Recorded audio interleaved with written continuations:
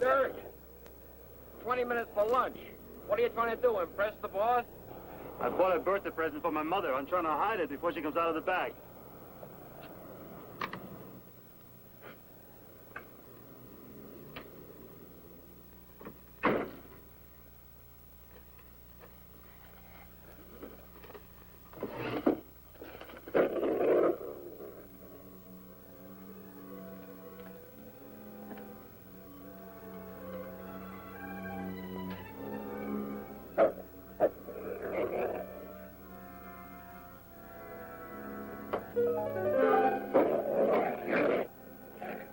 You just stand right there, Sonny, with Mama and Papa.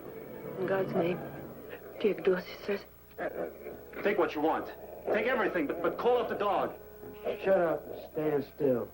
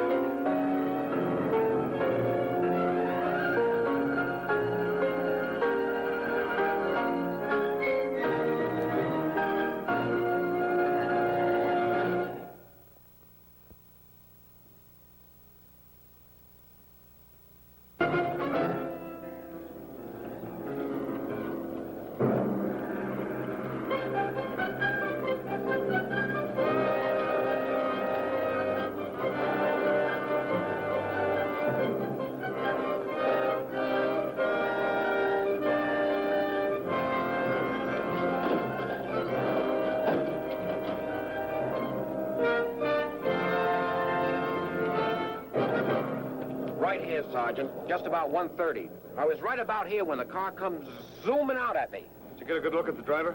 Zoom! Almost took the laces out of my shoes. The driver, Mr. Park. Did you see him? Well, it all happened kind of quick, but I got a fast look at him, all right. Could you recognize him again if you saw him? You find him, Sarge. I'll recognize him. Just ask me. Okay, thank you.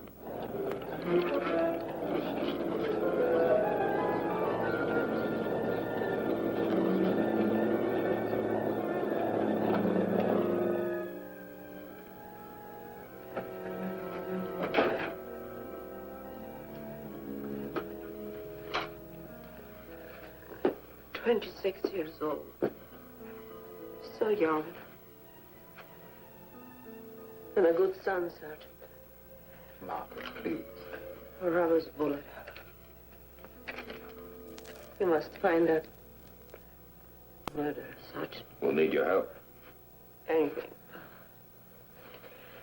Anything we can First do. of all, a description of the man. Well, with that thing over his head it was like he had no face. Well, what about his height, his build? Any unusual mannerisms? Well, there is one thing I can't tell you. He knew about diamonds. Only took the good ones. Diamond expert, a trained dog. There can't be too many hold-up men like that. You know, Dan, it seems to me, I remember a stick-up man a couple of years ago with the same M.O. M.O.? Yes, that's a police term, modus operandi, the way a criminal operates. In this case, he used a dog. Oh, what a dog. Worse than the gun. Yeah, we hardly even looked at the gun. It was as though the dog had us by almost hypnotized. What kind of a dog was it? A German Shepherd. Big, savage. Were there any markings, any way of identifying the animal? In color brown, I think. No. It was gray. Gray like a wolf. Well, anyway, you're sure it was a German Shepherd? Yes. But don't forget that kind. What my wife means is in Amsterdam during the war, the Nazi occupation, the SS troops used this breed of dog. We know it only too well. They gave them a special training. A very special training. Yes, attack training, they call it. I'm going to make another case. Maybe a tie-up. Right. Well, looks like the dog's our best lead. We'll check it out. I'm sorry I had to ask you so many questions. I know it's been difficult. Promise me that you'll find that murderer. Promise me, Sergeant.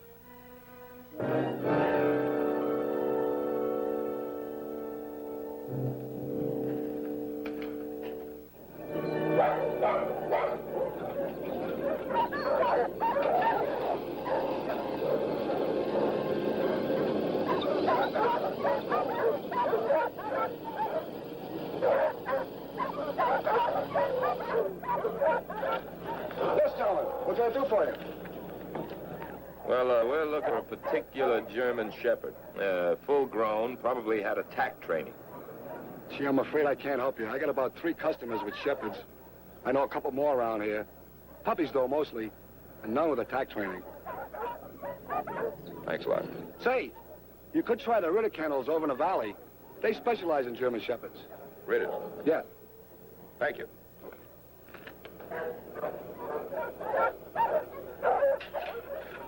We got a couple of browns and some grays, too. Is that one attack trained? Him? Yeah. That big slob thinks he's a lapdog. None of these had that kind of training. We couldn't keep them down here together if they did. Why's that? Well, they tear each other to pieces in no time at all. No time. Oh, wait a minute. What about that brown one? He been attack trained? Light brown. Fawn colored, we call it. Yeah. He's been attack trained. That's why Mr. Ritters keeps him by himself. So you're not Mr. Ritters? Me? No. I'm just a flunky around here, that's all. Just one step over them dogs, that's all. But Lynn Kruger's my name. Can we have a look at him? Sure.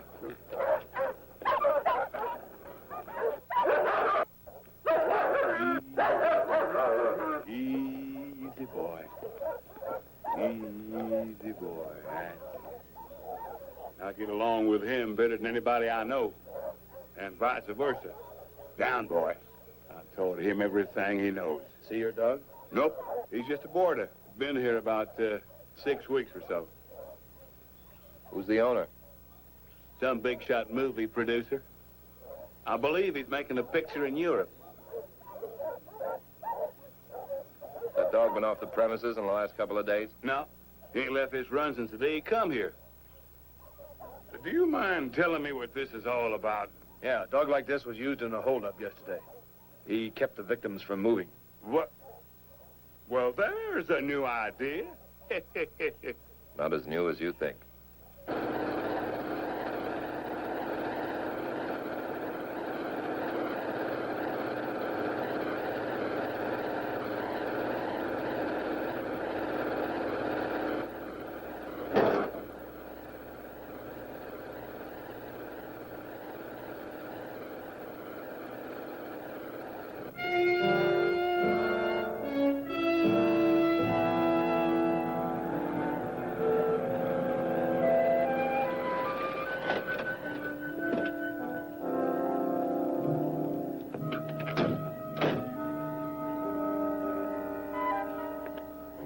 I don't know, Nick. The guy's only been out of prison a couple of months. I doubt if he'd pull the same kind of job.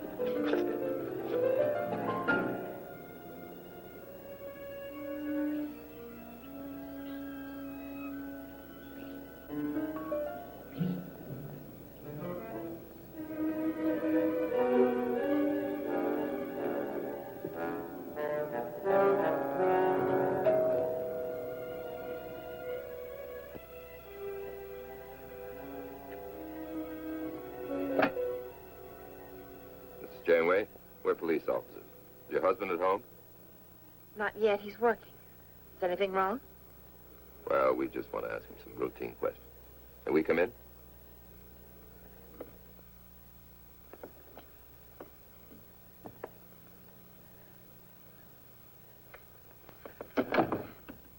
May I ask why you're here? Yes, we understand your husband used to be a jewelry salesman. That was 4 years ago. Before he got into trouble. I'm sure you both know all about that. Janeway, do you still own the same dog? No? Another one. May we see it, please? He's with my husband. You said your husband was at work. My husband is a salesman. He drives around a lot. Sometimes takes Jonesy along with him. Is that some kind of crime? We're just looking for a little information, that's all. Well, why must you do your looking here? Tom hasn't done anything. Well, he went to prison for robbing a couple of jewelry stores, using a dog as an accomplice. That was 4 years ago. I was in the hospital and Tom was out of work. He got desperate, scared, went kind of crazy and... Look, he went to prison for it. How long does the man have to keep paying? He's got a good job now and he's trying to make it work. For the love of heaven, give him a chance.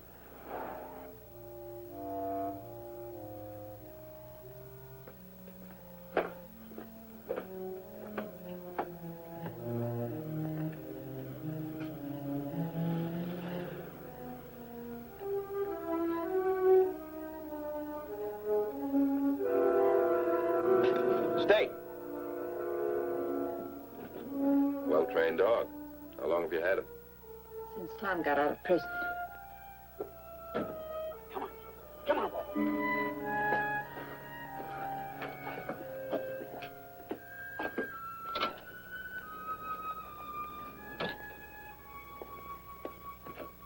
Hi, honey. They're police officers, Tom. Just routine questions. I guess we can expect that sort of thing. Well, I don't expect it, and I don't like it. Don't we have any rights? It's all right now, honey. Take it easy. It's okay. Janeway, can you tell us where you were yesterday afternoon between the hours of 1 and 3? Well, he was working. That's right. I was driving around selling customers. I sell wholesale hardware now. I got the job through the parole board. Which customers were you with? Let's see, between 1 and 3. As a matter of fact, I was between customers. I just finished selling a man in Long Beach, and my next stop was in Glendale. 2 hours from Long Beach to Glendale? No, I had a flat tire. I had to crawl off the freeway. To a garage? No, as I drove off on the side road, fixed it myself. I told you about it last night. I didn't remember. Yes, he did. So between the hours of 1 and 3, you were alone on the side road? Long Beach Freeway near Downey. Can anyone corroborate that? You just heard. I can. Oh, no, you can't, Mrs. Janeway. He simply told you about it. Did you have your dog with you? Well, yes. Lois was going to be away all day, so I took Jonesy with me. What kind of gun do you own, Miss Janeway? Gun. I'm a pro-Lee. Owning firearms is a violation. You didn't answer the question. Well, I don't own a gun. Now, what the devil's this all about? A jewelry store holdup. Man was shot and killed. The suspect used a dog. German Shepherd. Now, look, I went to the pen 4 years ago for that sort of thing. You think I'd be stupid enough to do it again? How old is your dog, Mr. Janeway? About 2 years old. How would you describe his color? Fawn. Look, I swear to you that I don't know anything about this. Did you train him yourself? Well, he was pretty well trained when I got him. I taught him a few commands. Watchdog training? Attack training? I guess a little.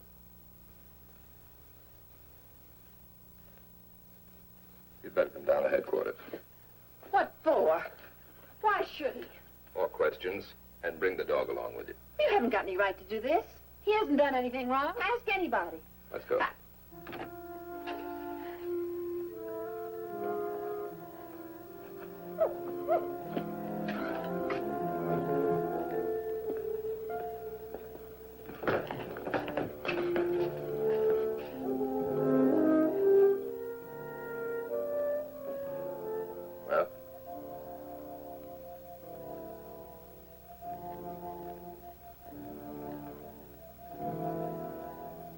don't know. I simply don't know.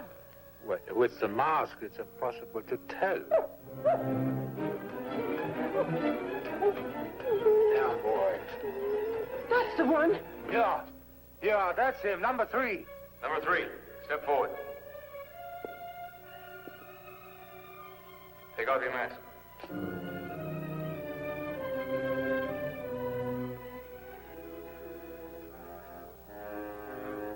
Are you sure? Are you absolutely sure?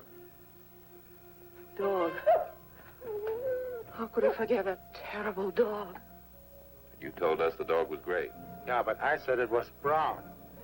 Light brown, like that one. Stake my life on it. That's the dog.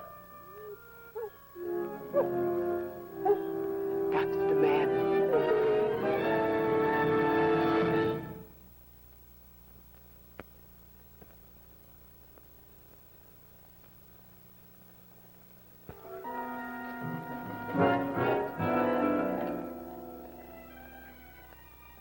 Well, Sergeant Anderson, let me ask you this. How was Dirk Van der Herven murdered? According to our ballistics expert, he was killed by a bullet from a .38 caliber revolver. And did you question the defendant about the murder weapon? Yes, sir. He claimed he never owned a gun. Any gun. He denied owning a gun. Yes, sir. Sergeant, do you recognize this document? Yes, it's a police department copy of a license to carry a gun. Mm-hmm. And how does it affect this case?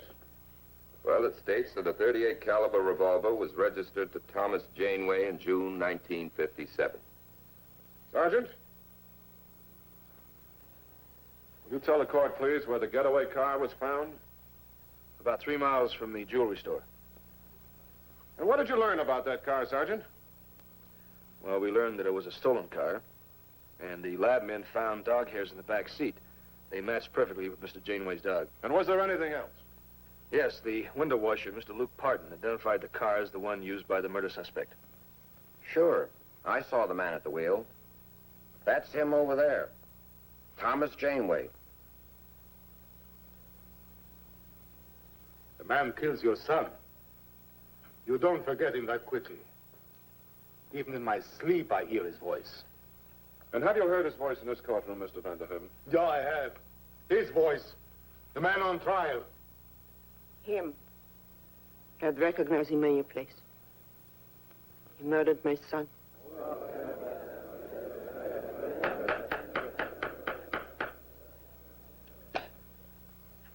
Thomas Janeway, in accordance with the laws of the state of California and the power vested in me as presiding judge, I hereby sentence you to the penalty of death. And I direct that you be delivered to the warden at San Quentin Prison, and that on a date and time specified, you will be put to death in the manner prescribed by law. This court stands adjourned.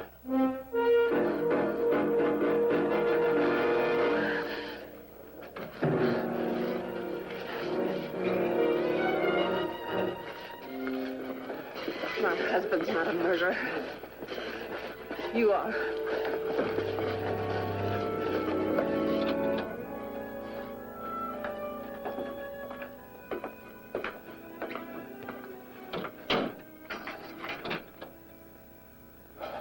Oh, Tom. Easy, honey, easy. I know it looks bad, but we've got to fight. That's what we've got to do. Now, the lawyer is already filing an appeal. If that doesn't work? It's got to work. I didn't kill anybody, Lois. I swear to you. I know you didn't, darling. I know. How could they possibly think I'd do a thing like this twice? I don't even own a gun. What in God's name do I have to do to convince them? I'll convince them. I will. I know I will. How? What can you do? I'll do something. Anything. I won't let them take you away from me, Tom. I won't. Seems I've spent most of our marriage away from you, Lois. Oh, you made a mistake. you paid for that. And you came back and there was a future. Something to live for. But this is so wrong. So terribly wrong. It'll be all right, honey. It'll be all right.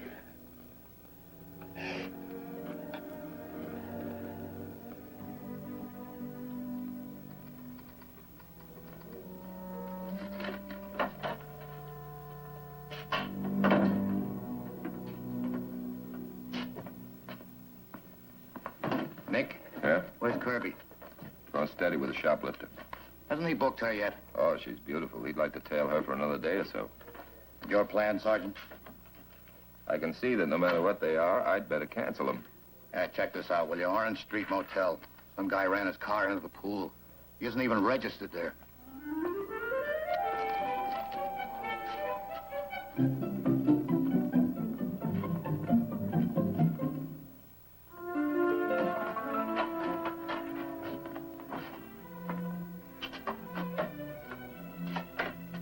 Oh, excuse us, Sergeant Anderson.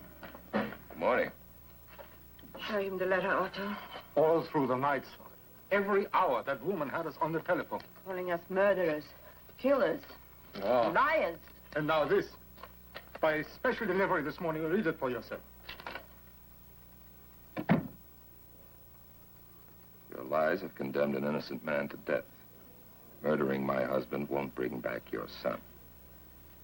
Mrs. Janeway. All night long, Sergeant, she had our phone ringing. She has no right, Sergeant. We did what we had to do. We told the truth. All we want is to forget now. Well, this kind of thing often happens when there's a death sentence. I'm sure once the shock of it wears off. Sergeant, we saw our son murdered in front of our eyes. And now at the trial, every day we had to live through that nightmare. Again and again. And now this. We understand. We sympathize with that woman, but what can we do? How much of this can we take? Her husband killed our son. Now, do we have to suffer for that? Of course not. I'll see what I can do. No. Thank you, Sergeant.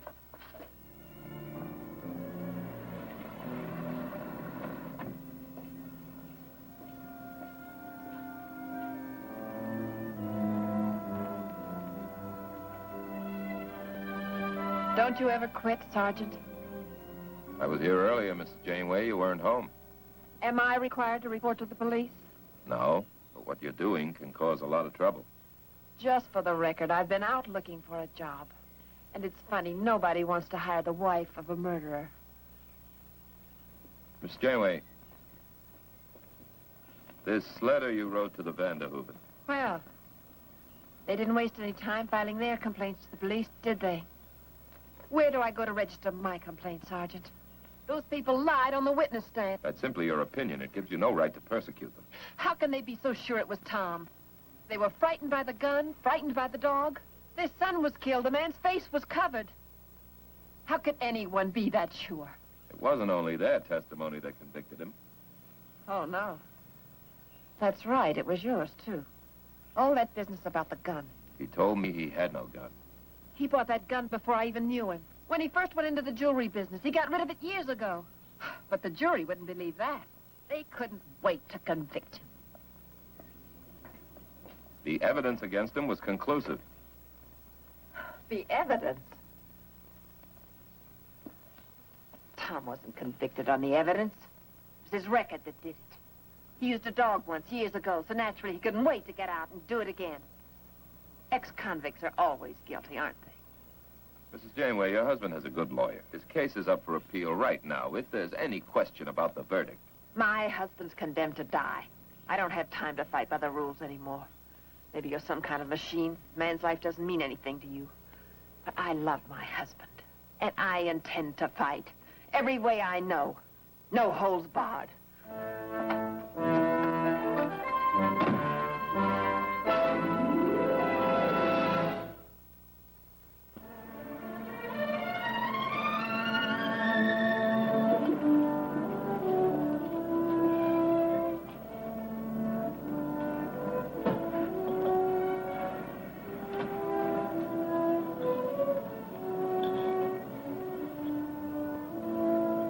check in. Right.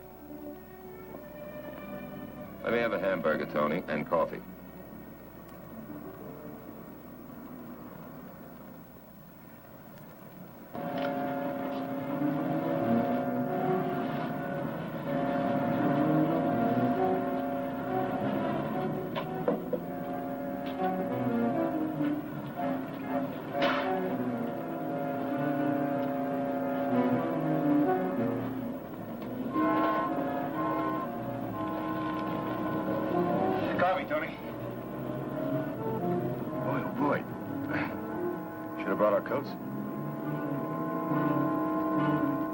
What's the matter? Take it. Janeway again. Yep. Janeway again. Look, Nick, we did our job, the courts did theirs, right? You know, Danny boy, there are times when I'd like to trade this job in for a lifelong position in a putty factory. You know Janeway got every break in the book. He had a good lawyer. It was a fair trial. There was never any doubt. That's just what bugs me. There was never any doubt. Everybody was so positive about everything. His wife's been needling you again, hasn't she? That's right. And she's positive, too. She's positive he's innocent. Will you stop bleeding? It's your lunch hour. Why don't you call Roebuck, have him pick you up? Where are you going? What about your hamburger? I'd rather bleed on an empty stomach.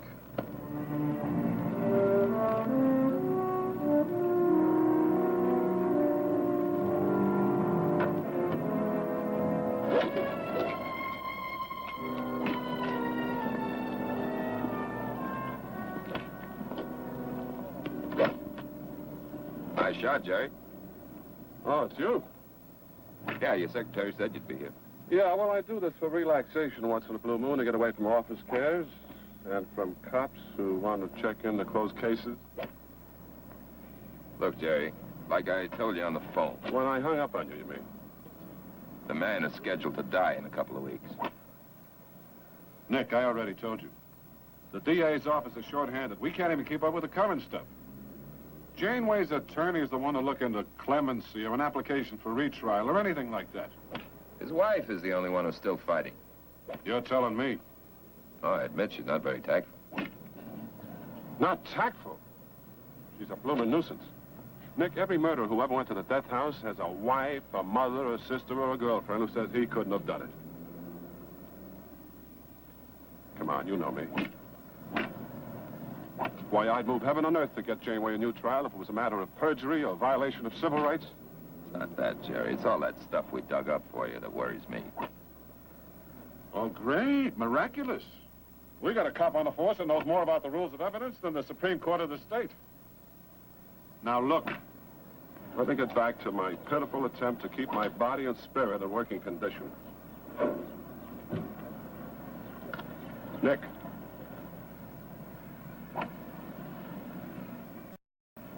Lay off, pal. It won't look good on your record.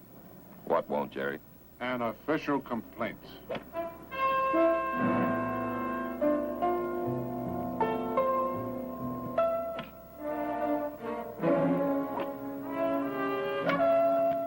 Sure, I remember you. Janeway's arresting officer. Cross-examined you at the trial. Well, what's on your mind? I want you to understand, Mr. Aubrey, I'm doing this entirely on my own. Doing what? I'm curious to know what steps you're taking in the Janeway case. Steps? I've run out of steps, Sergeant. The man's guilty. Well, I'm not a lawyer, but don't you think there were a lot of loose ends at the trial? Loose ends. And the jury tied them all together in a nice little noose for my client. Hey, the window washer, for instance. Now, he was almost run over by the car. He only had a split second to see who the driver was, yet he swears it was Janeway. Look, I went all through that in a cross-examination. The jury preferred to believe it. And the Vanderhoovens, when I first talked to them, he said the dog was brown, she said it was gray. Oh, Sergeant, the case is closed, finished. The man's been convicted and the appeal's been denied. Yeah, but you could still file a request for clemency. Now, listen. I would have given my left eyeball to win this case. By the way, the newspapers played it up. I would have been the biggest thing since the hula hoop. And I tried. I went all the way, the whole route, and I fell flat on my habeas corpus. I can't afford to spend the rest of my life on a closed case, and neither can you. So the man's one jump away from the gas chamber. Look, what the devil do you expect of me? You want a crusader, you're in the wrong office. I'm here to make a living, not history. Aubrey speaking. It's for you. What do you have to do? Tell him everywhere you go? Anderson. All right, I'll stop there on my way back. You know, if this keeps up, you're going to have yourself another client. Mrs. Janeway.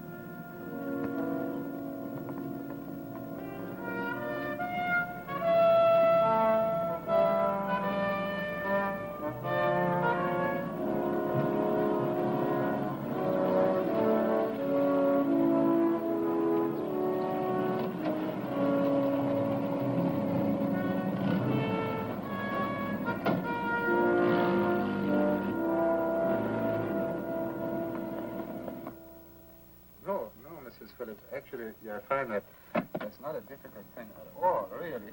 All you have to do here is... See? Look, I show you. Have a look here. Every day at this time, since the trial, she sits out there staring at us. How much more of this can we take? I don't sleep, I don't eat. Every day at the same time? Just before 1:30. The time our son was killed. You must make her stop this foolishness, Sergeant. Well, you leave that to me, Mrs. Phillips, and I assure you, you will never realize that the baguettes have been removed. So, I have it ready for you by next week, Mrs. Phillips. Thank you very much. Goodbye. Have you received any more phone calls, any more letters? Every day another letter, sometimes 2, 3. It's wrong what she's doing, son. It's so we were to blame for our husband's guilt.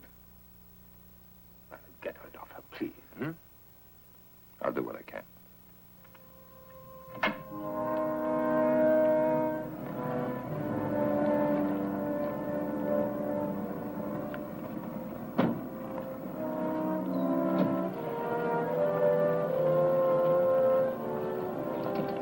What are you going to do, Sergeant? Turn the hose on me? You know, there's a city ordinance against loitering, Miss Janeway. I'm not loitering.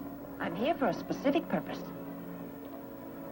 These people have had more than their share of punishment. Oh, and that does make them infallible, doesn't it? Incapable of one small mistake. Then why does my presence bother them? Is it their conscience? They're honest, decent people. They didn't mean to hurt you or your husband. I had a letter from Tom yesterday. The man next to him went to the death cell.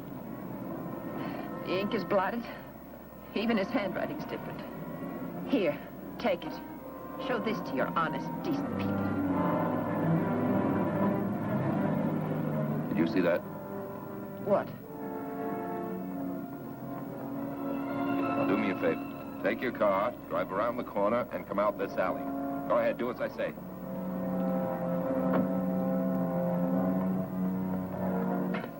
Good, you got rid of her. Good riddance. Would you step out here for a moment, both of you?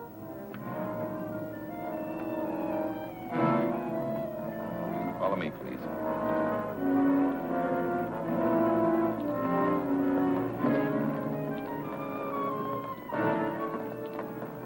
Now, this is where Luke Barton was standing when he saw the car, right? Please, we have to go through it again. About 1:30, just about the time the killer was making his getaway. Please, Sergeant, that's enough. You stand right there. I want you to tell me if you can identify the driver of this car.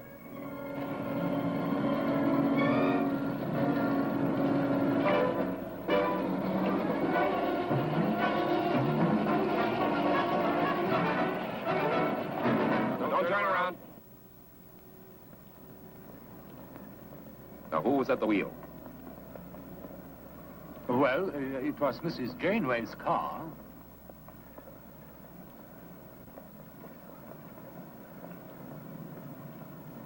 You didn't see the driver? The sunlight was too strong on the windshield. Then Luke Barton couldn't have seen him either. But he said... He had even less time to look than you did. The car was going much faster.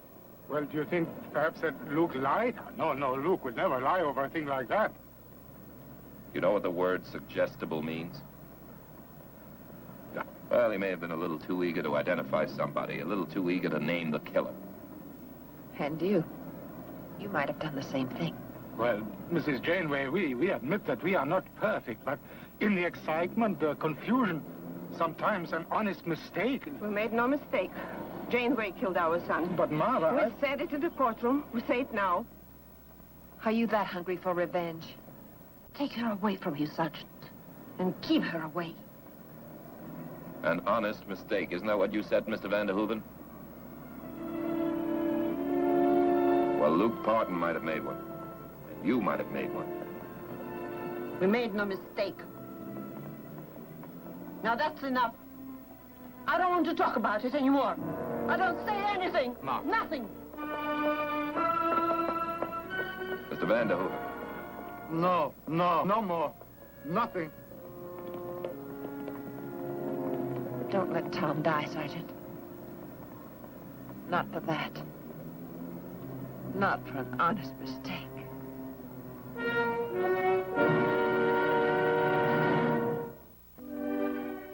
Mrs. Janeway, I haven't had a chance to really study this transcript. But from what I have read, your husband's attorney did everything that could be done. But he lost the case, Mr. Egan. But under the circumstances... The circumstances. Look, Tom was convicted before he ever went to trial by the press. And the jury was prejudiced by his prison record. And the witnesses lied on the stand. Well, there's no proof they lied. Well, what about Luke Parton? He couldn't have identified Tom as the man driving that car. The sunlight on the windshield. Yes, Nick Anderson told me about that. Well, doesn't it matter? Isn't it enough to establish reasonable doubt at least? Possibly, but one doubtful testimony is hardly enough to reopen a case. Well, what about the Vanderhoovens? They're the ones that identified my husband as the murderer, and now they're not as positive as they used to be. Did they admit that? Well, no, they didn't have to. You should have seen them yesterday, the way they acted and looked and talked. Now, we call that witness remorse. It's a common reaction, especially in a murder trial. Their son was killed, Mr. Egan. That's why they lied. They want revenge. They want to blame someone. Anyone. And you want them to be lying.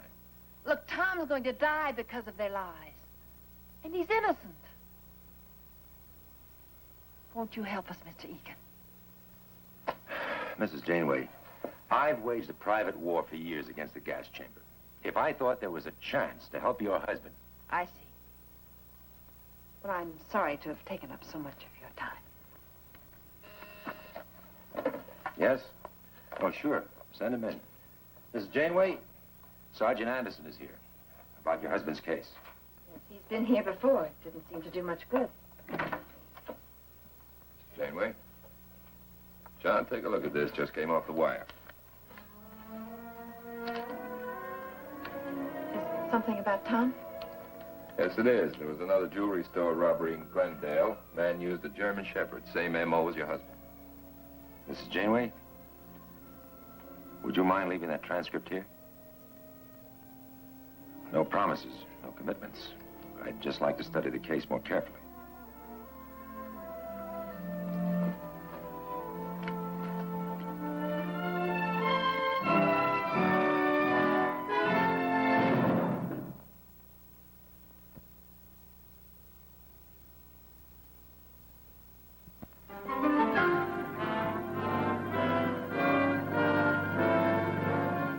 I was standing here, Mr. Egan. I was about halfway down the window when I heard the gunshot. Scared the daylights out of me. What did you do then? Well, I put my stuff down, and I head for the front door like this.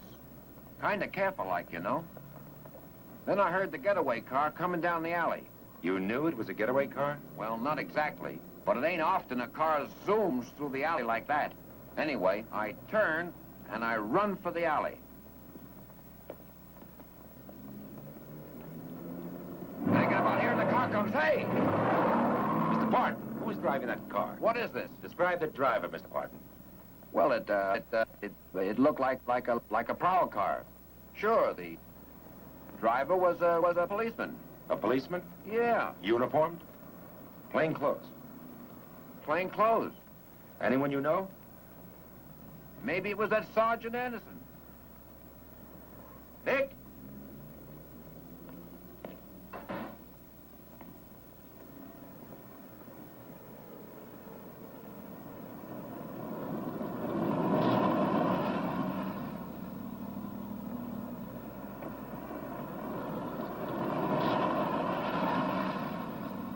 It's now 1:33, about the same time you said you saw the getaway car.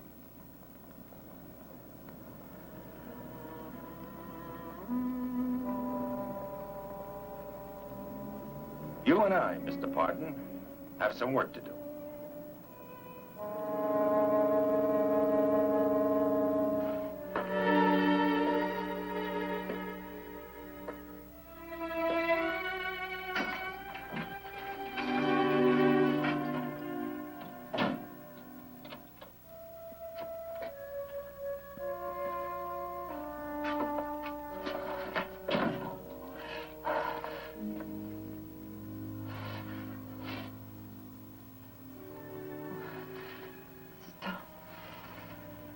Mr. Egan, Lois and I talked about coming to see you when this first happened. We just couldn't afford to. Mrs. Janeway told me. Sit down, Tom. Thank you. I've got to level with you. I don't usually take cases after conviction. Mr. Egan read the transcript. He thinks there's a chance for a new trial. A chance, Tom. An outside chance. I can't promise any more than that. Well, that's more than I had 5 minutes ago. Now, we've had a couple of interesting developments the last day or so. Another jewelry store was robbed by a man with a German Shepherd. He used the dog as a weapon. See, there's a chance. He may be just a crackpot who got the idea from the newspapers. Oh, I bet he's a man. Another thing, Luke Parton, one of the witnesses, stands ready to retract his testimony. On that basis, I've filed a writ for the appointment of what we call a special master. What's that? Well, he's usually a retired judge who's appointed to hold informal hearings. If I can shoot enough holes in the evidence, he may recommend that the verdict be set aside. Well, that would mean another trial. The whole messy business all over again. And it could mean a second conviction. Well, what if I get to lose? There may be a simpler way to save your life. We could petition the governor for a commutation of sentence. That might work. You mean life in prison? Better than the gas chamber, isn't it?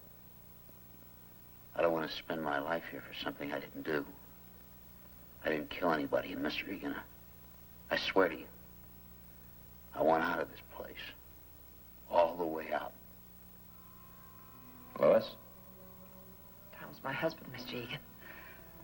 I want him home with me, where he belongs. All right. I'll do what I can.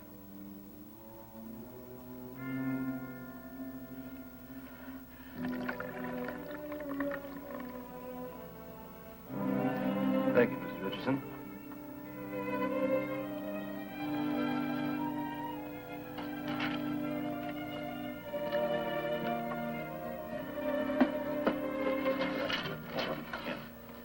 Judge Richardson? How are you, John? Nice to see you, sir. You're looking well. Thank you.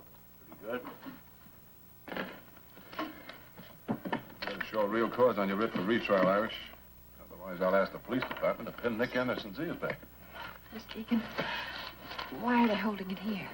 Well, the judge is retired. It's perfectly legal. This living room becomes a courtroom.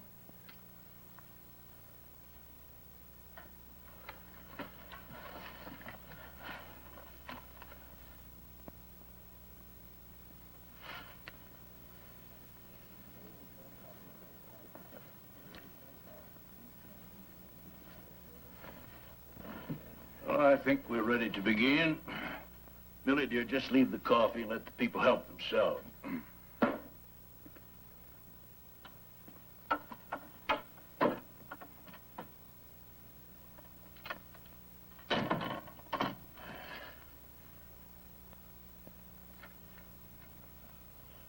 The state Supreme Court has asked me to sit as special master, and presumably they'll act on my recommendation.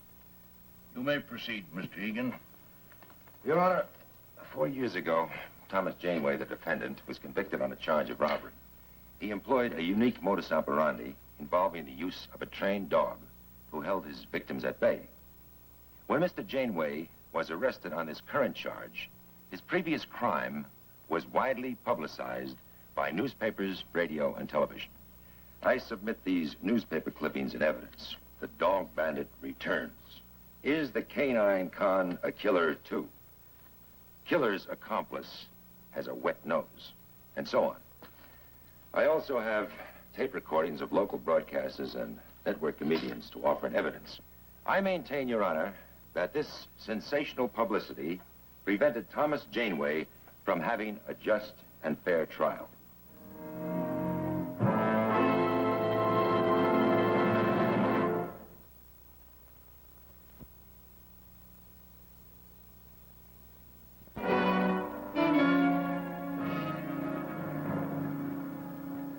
Sergeant Kirby, during the course of your investigations, what did you learn about the defendant's Army career?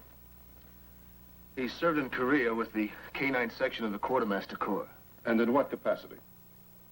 Training dogs for guarding depots and POW compounds. Attack training, they call it.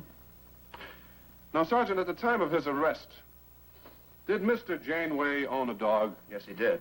The German Shepherd. And was this dog attack trained? Yes, it was.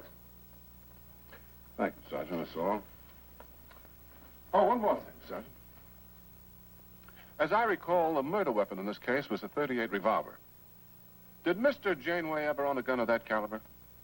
Yes, there was a .38 registered in his name in June 1957. And how did he explain that? Well, at first he denied it, but then in court he said he carried it for protection when he was a jewelry salesman. Did you find the gun in his possession? No. He said it made him nervous. He sold it to some man in somewhere in Ohio about 4 or 5 years ago. I see. Sergeant, were you ever able to corroborate that story? No, sir. Well, thank you, that's all. Call your next witness, Mr. Egan. I'd like to call Mr. Luke Parton, Your Honor. You may stay where you are, Mr. Parton. Raise your right hand. Do you solemnly swear that the testimony you are about to give in the case now pending before this court is the truth, the whole truth, and nothing but the truth? Yes, I do. Your name, please. Luke Parton. Mr. Parton, will you kindly read into the record this affidavit signed by you? In re-trial of Thomas Janeway. Testimony of the undersigned as to positive identification of the above-named defendant was false. Accordingly, the undersigned does now declare that should he testify under oath, he would testify that he was unable to so identify said Thomas Janeway as a participant in the commission of a crime. Signed, Luke Parton. Thank you, sir. Did you sign this affidavit of your own free will? Yes, sir. I asked to sign it. May it please the court. May I remind this witness that the penalty for perjury is... May it please the court. This witness has demonstrated his good faith by voluntarily signing this affidavit. What Mr. Miller construes as perjury can also be interpreted as extreme suggestibility. Mr. Parton's desire to cooperate with the law was stronger than his good judgment. There was no deliberate intent to deceive, sir. I'm inclined to agree, Mr. Egan.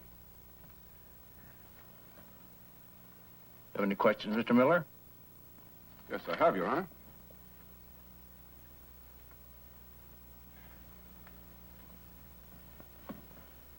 Now, Mr. Parton, did you or did you not see Thomas Janeway drive a car at or near the scene of the crime? I saw somebody in that car. I'm not sure it was Janeway. Your Honor, I still submit it does not rule out the possibility that Thomas Janeway was driving that car. And when the vehicle was found later, there were dog hairs in the back seat that matched up with Thomas Janeway's German Shepherd. I'm aware of that, Mr. Miller.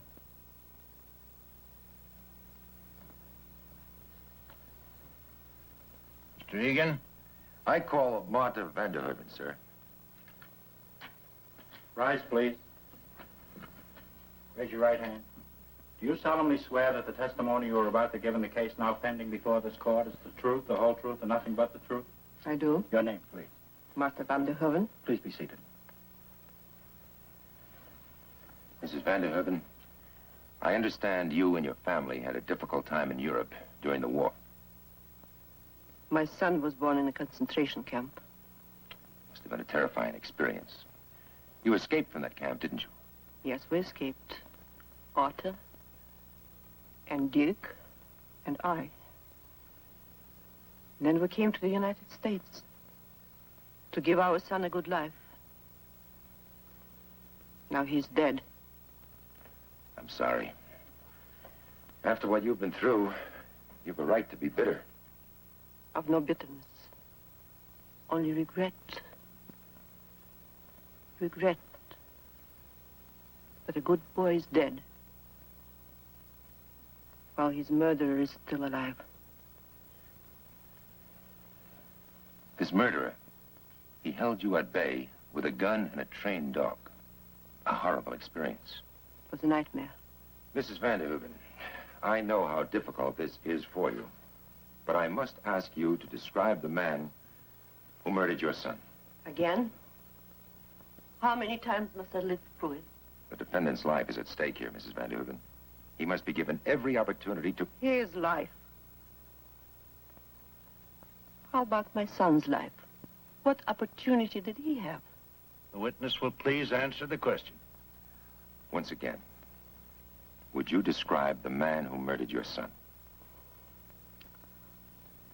He wore something over his face. A nylon stocking, I think. What color was his hair? Dark, I think. You think? You're not sure? His eyes? Well, I couldn't see. His nose, then, was it long or short? That thing over his face, it twisted his features. Well, all right. What about his clothes? Was he wearing a suit or a jacket? A sweater. A sweater? What color? Black, I think. Black, or was it navy blue? Maybe blue. I don't know. Was it a slip-over sweater, or did it have buttons? I'm not sure. So much was happening. The gun, the dog. You were frightened? Yes. The dog was growling, the man was threatening you with a gun, and your son came in, leaped at the man. Please, no. Is this the man? Is this the man who murdered your son? Yes. You didn't see his face? You can't recall his clothing? You were frightened and distracted by a vicious dog and a man with a loaded gun, and you sit there and... He killed my son. How do you know, Mrs. Vanderhooven? How in heaven's name can you be sure? She isn't sure. She doesn't know. Martha, tell them. Tell them the truth. We don't know. We cannot know. We are only guessing.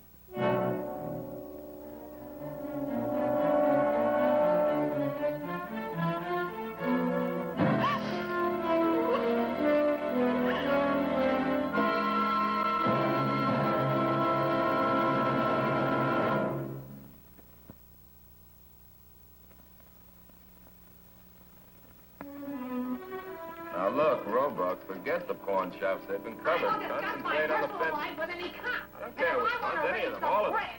Right, you check out all their new merchandise. They don't cooperate, you pull them in. Okay, keep in touch.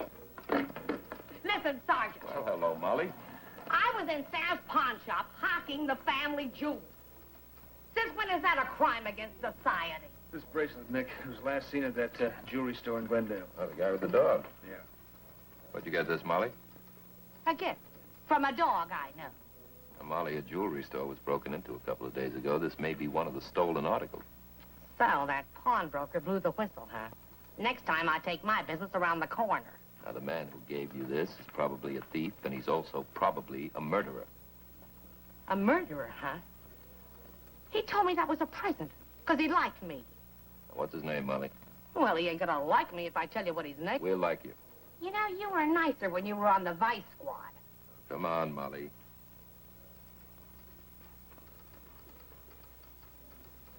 All right, all right. All right, his name's Kruger, okay? You happy? The guy at Ritter's Kennels. You can go home now, Molly. Hey, Sergeant! I was only kidding about the Vice Squad. Lock this up, will you? Mr. Egan, have you any concluding remarks? Yes, Your Honor. Tom Janeway has been convicted and sentenced to die by the courts of this state, even though there are at least 3 basic reasons to doubt his guilt. Number 1, it is possible and probable that the jury was prejudiced by the mass of publicity that preceded and attended his trial. Now, the deputy district attorney will argue that in this age of sophisticated communication, a jury cannot operate in a vacuum. I agree, sir. Under these conditions, a jury cannot remain impersonal. Therefore, I ask again, was the jury prejudiced? We cannot be sure. Was the jury not prejudiced? We cannot be sure. And in this climate of doubt and uncertainty, Thomas Janeway was convicted and condemned to die. Second point, Your Honor, the so-called positive identification of Tom Janeway as the murderer. 3 witnesses, Your Honor, who initially supplied that identification have retracted their testimonies. 3 witnesses. Now, the Deputy District Attorney maintains that their testimonies are of minor importance in the case against the defendant. I maintain, sir, that when a man's life is at stake, there is no such thing as minor evidence. Each detail is another strand in the hangman's rope. Weaken one strand, and the whole rope comes loose. Now, if these witnesses cannot be morally certain that Tom Janeway was the man they saw at the scene of the crime, how, in the interest of justice, can a judge and a jury be so positive? And finally, sir, another man committed a crime using the same plan and scheme Tom Janeway used 4 years ago. That man is still at large. Now, he may have been inspired by the headlines, or he may be the murderer of Dirk van der Hooven. We don't know. And until we do know the absolute truth, Tom Janeway's guilt cannot be accepted as a legal fact to a moral certainty. Reasonable doubt, Your Honor. Where there is reasonable doubt, there can be no just and honest conviction.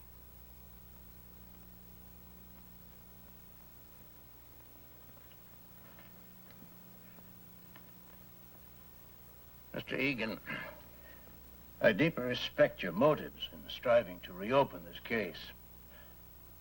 I know you've done this without fee, and a great sacrifice in time and effort. Mr. Miller, I commend you for your willingness to re-examine the issues in this case. Our system of justice is well served by both you gentlemen. We will adjourn till Monday morning at 10 o'clock. I'll present my findings at that time. This court stands adjourned. And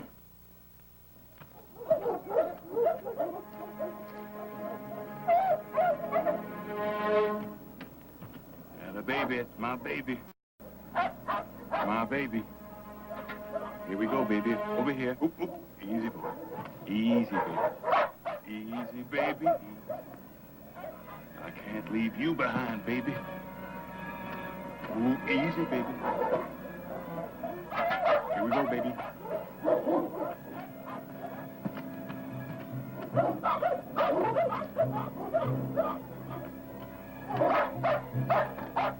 Up, baby.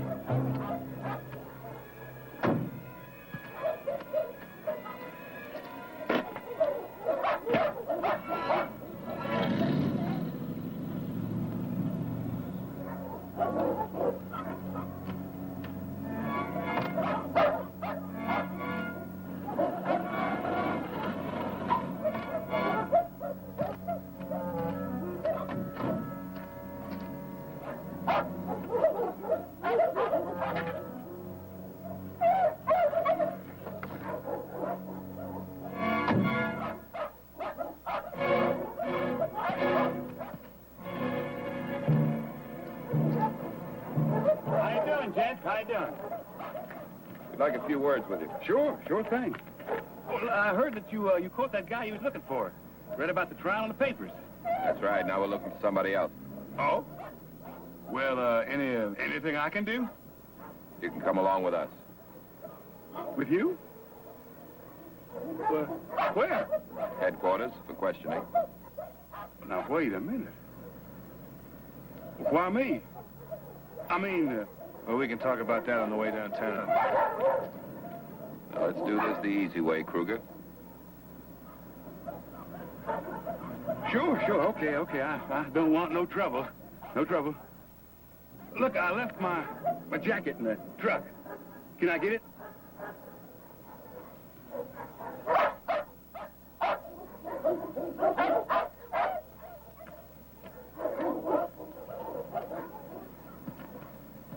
I'll get it. Go get him!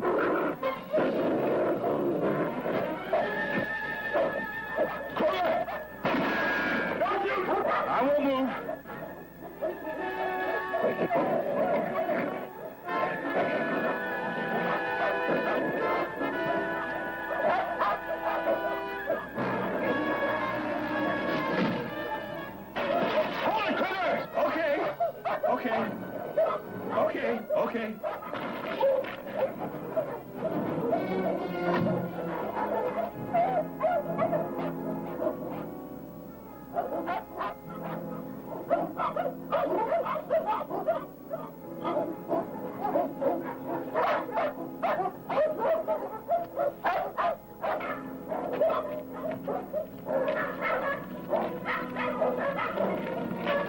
Never did get your jacket, did you?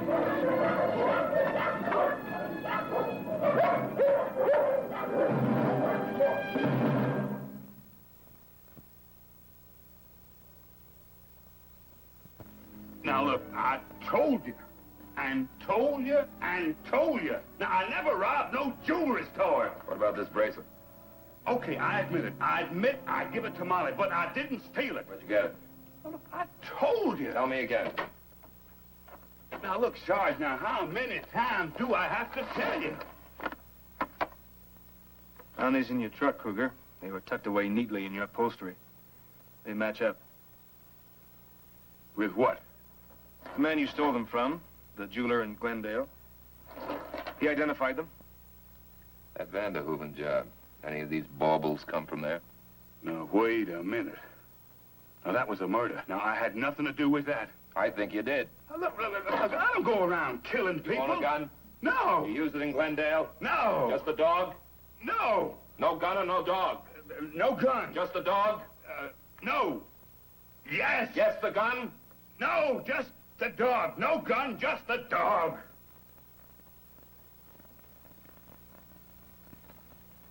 All right, Kruger. Let's start all over again. From the beginning.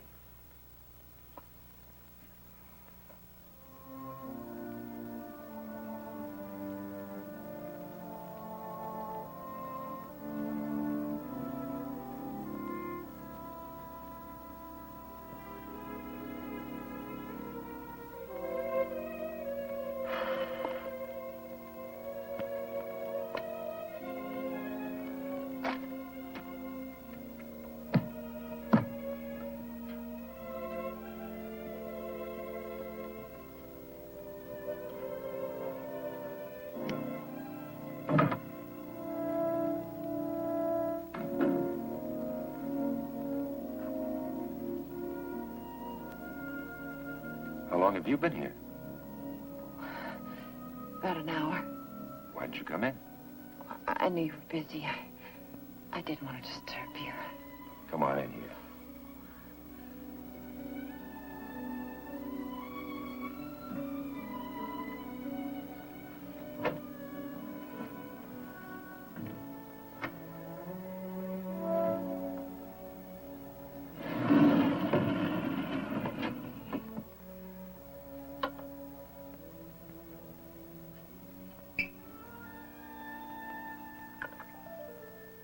Here, Miss Janeway. Drink this.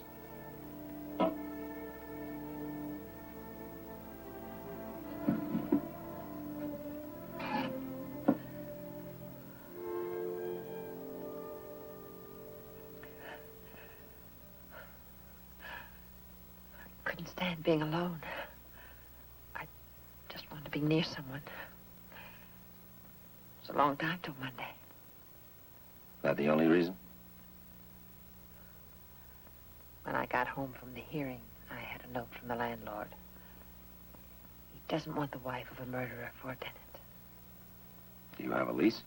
No. But I don't mind moving. The place has been kind of a jinx anyway. Oh, Mr. Egan, Tom's not a murderer. All he needs is another trial to prove it. He's got a chance, too, hasn't he? A good chance? Well, the hearing went a lot better than I thought it would. You didn't answer my question. Look, Mrs. Janeway, your husband has been convicted of murder. He's been given every conceivable chance to challenge that verdict. But if this hearing doesn't work... The end, huh? Guilty as charged. How long have you and Tom been married? 4 years, 10 months, and 8 days. Why? And he spent 3 of those years in prison. Are you trying to tell me I don't know my husband? We can't delude ourselves about it. There is a strong case against your husband. Are you suggesting that I'm deluding myself about Tom's innocence? Love and logic don't always mix. We've got to be realistic about it. And that's just what I am being.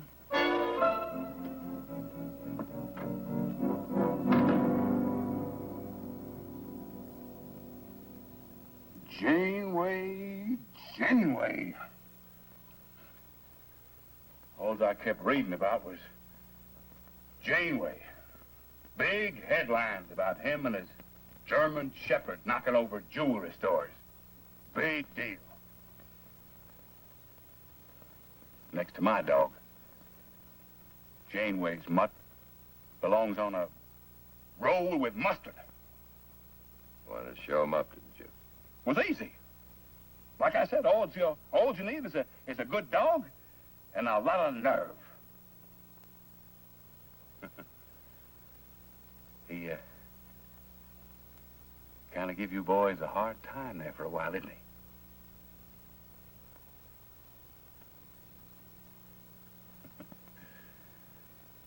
A dog like that gets me a lot of respect. Yes, sir. And maybe the gas chamber.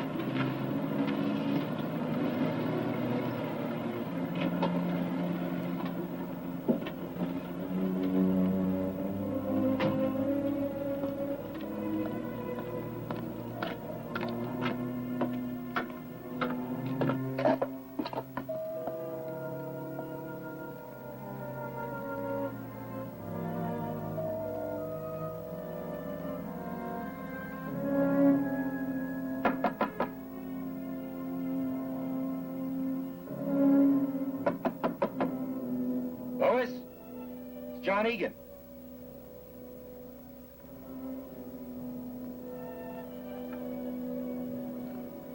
Hey, anybody home? Lois? I've got some good news for a change. Where... Lois, the police just picked up the other dog bandit, a man named Kruger. He's in... What's the matter with you? Packing. You find things. What did you find? Under the footlocker. Under a loose board. The closet. All right, Lois. What did you find there?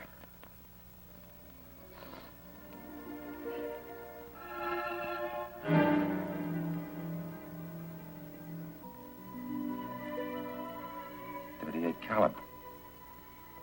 Did you know about this?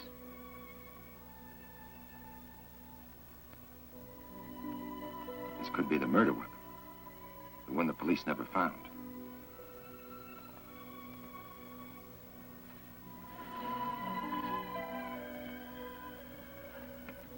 The police still haven't found it. Lois, what do you plan to do about it? He's my husband, Mr. Egan. I love him very much. He told you he never had a gun. He told you he was innocent. He asked you to believe in him. Lois, you found this gun. Not me, not the police, just you, all by yourself. Now, what are you going to do about it? Nothing. You think I'd turn it over to the police? Send my own husband to the gas chamber? Is that what you think? I think you'll do the right thing. It's 10 o'clock, Lois. I'll be at Jerry Miller's office at 2 o'clock this afternoon. Waiting for you.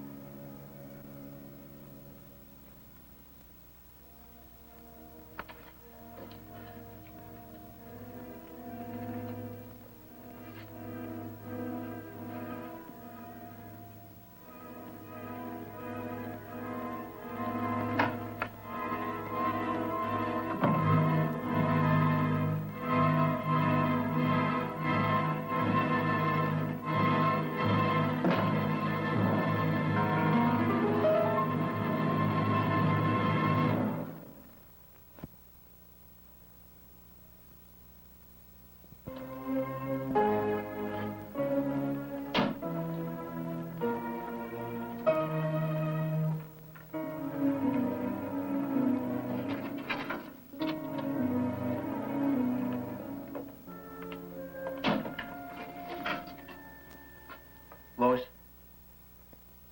I was hoping that you'd come here today. Just seeing you, the fact that you're here, it means more to me than... What's the matter, Lois? Is there something I don't know about? I'm not sure. You know I'm used to bad news. Now, if it's something that... I'll never get used to bad news, Tom. I know, Lois, I know what you've been through. It's been rugged. I know what you've gone through. But it'll all be over Monday. We're going to have some good news for a change. I'm sure of that, Lois. You are too, aren't you, honey? Okay. I know something's going wrong. Now, what is it? I've got a right to know. I found your gun, Tom. What gun? The one the police didn't find. Look, are you kidding? You know I don't have a gun. Under the footlocker. In the closet. The loose floorboard. What are you talking about? I believed in you, Tom. You let me believe in you. You let me love you. Lois, now wait. Wait. Wait for what? All these years I've waited since the day we were married. Waited for something, for someone that really didn't exist. Lois, that never existed at all. That isn't even there. Got to listen to me now, please. I was scared, Lois. I was frightened just like I was 4 years ago. You're a murderer. It wasn't supposed to be that way, Lois. A kid, he grabbed the gun, and I don't know what happened. It went off. Your gun. The gun that isn't there. I have a husband like that. I love him. I trust him. I believe in him with all my heart.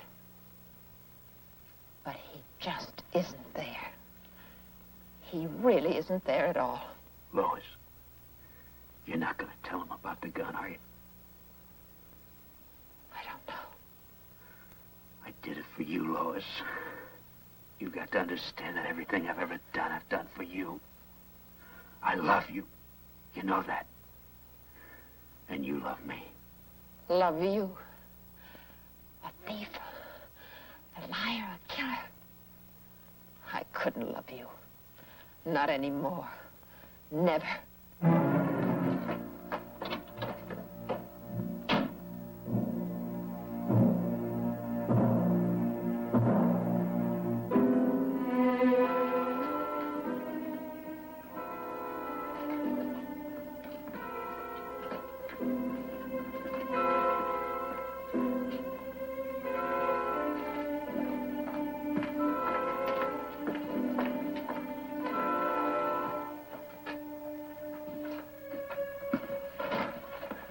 Nice work, Irish. What? I don't know what word you used, but whatever you told him, it had the right effect. Mrs. Janeway. I came early. Seemed foolish to wait. Ballistics has the gun. Now, tell me this. Do you want to tell Judge Richardson about this, or shall I?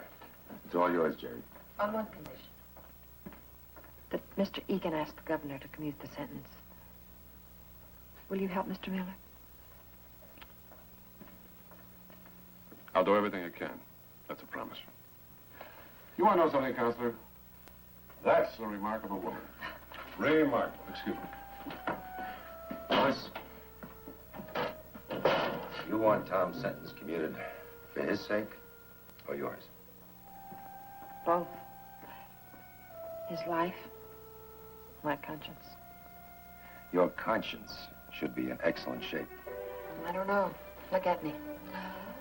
All of a sudden, I'm alone. Completely alone. With the one person you can trust implicitly. John Egan. Lois Janeway. To quote Jerry Miller, a remarkable woman. Remarkable.